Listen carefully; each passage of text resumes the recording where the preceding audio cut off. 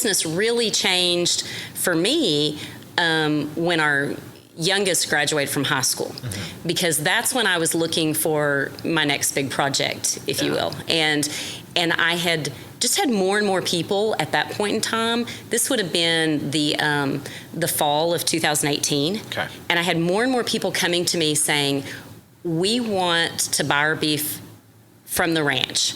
And I told my husband, I said, I feel this need, because still, even today, the majority of the beef that we raise is sold commercially. So this is still just a portion of what we do on Callison Ranch. But I said, I can do that. And I just started with what I had, and it really continued to grow. Yeah. And my husband Roger was with me one weekend. We are halfway between Oklahoma and Dallas, where we're at, around Ada.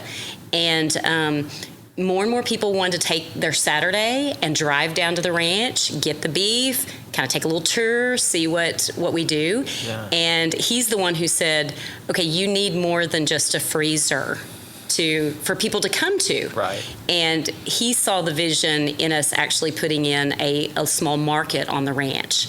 And so we started moving into Callison Ranch Market. We were already shipping at that time, and that has totally been through our social media. Just this week, we sent beef right from the ranch in Oklahoma to Maryland, Arizona, Idaho, Texas, Oklahoma, Florida.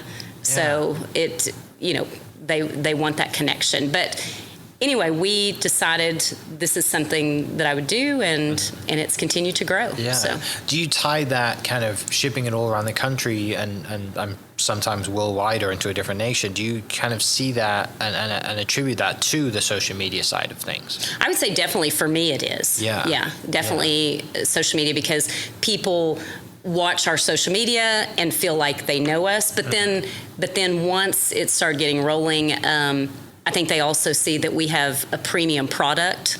Yeah. And they want that premium product and find where to get it. Right. So. Well, and the great thing is people develop the taste that they like, right? Yes. But I love the fact that you kind of you recognize the shift at the time, that people were shifting towards buying, locally raised, or just, they can see, and thanks to social media, they can see the story behind the food that they're eating, and how that develops, because people kind of seem to care a lot more now. Yes. They know where their food comes from and how it was raised. Yeah. And that was in the fall of 2018. Well, enter COVID in 2020, and it exploded.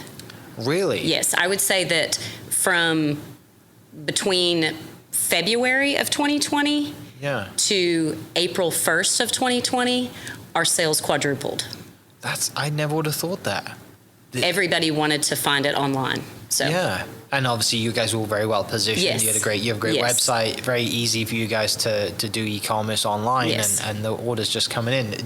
Is it that moment where you just kind of have like a light, like the dinging of the laptop keeps going off? That's another order. What are we going to do? Yeah, exactly. Yeah. But definitely a blessing. So. Oh, for sure. And now, looking at the website, now you have 350 plus cattle come from, you've gone from 20 to that. Yes. Like you said, your husband never met a cow he didn't like. So you keep I, going. on the other hand, have met several that I did not care for. But it's a hard business to be in, and I'm sure you get good eggs and bad eggs, right? But we also, I have to give a shout out. We have some guys that have worked with us for 10, 15 years, and we couldn't do it without them. They're awesome. So for the people listening, and I'll put the link to the description for the link to the website in the description. You guys can go and check that out and order some food from, while we're doing this. But what predominantly is kind of the products that you sell, and do you have a best selling kind of what is like the most popular stuff, and then just a product range in general? When Roger and I went to Africa on a safari a number of years ago, we found that it was amazing that nothing was wasted. Yeah. And we loved that. We loved that concept.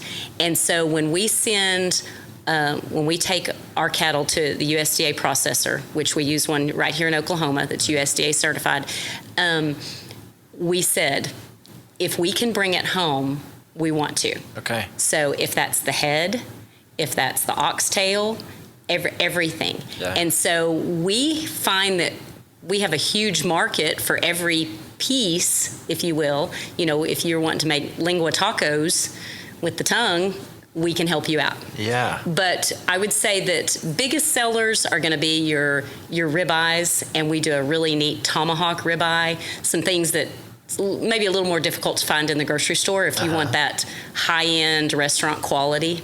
So we're able to do that. And then also our beef sticks are super popular. So